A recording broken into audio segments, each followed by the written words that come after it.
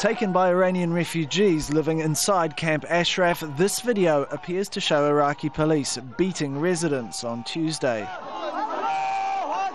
The People's Mujahidin, who number more than 3,000, claim residents were shot dead and at least 100 wounded. Iraq's government says around 80 of its own forces were injured in the violence. The clashes erupted after Iraqi forces set up a police station inside and raised the Iraqi flag. The People's Mujahideen were given sanctuary and support in Iraq by Saddam Hussein.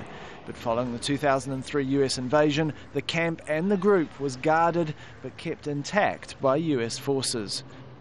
It was on the US's blacklist of terror groups, but was seen by some in the Bush administration as a bargaining chip in dealing with Tehran.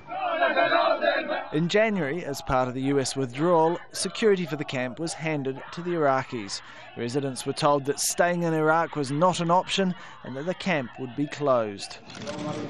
Enjoying closer relations with Tehran, the Iraqi government said it could no longer provide the opposition group with a base on its soil, and they must leave. The People's Mujahideen fear their members will be deported and face arrest and imprisonment. Iraq's government says it's seeking a long-term solution, but must still keep the camp secure. The Iraqi government has taken over the security responsibilities of Camp Ashraf as part of the security agreement with the US.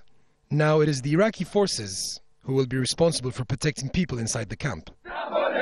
Under the Geneva Convention, the group has the status of protected persons and cannot be forced to leave the country.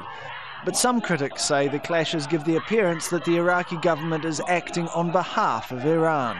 I think it is a stupid and indecent step to be done by the Iraqi government. It just gives the impression that they are fighting on behalf of the Iranian regime. Otherwise, there are priorities much more important than this. The Iranian dissidents say they are ready to return to Iran but want their safety guaranteed.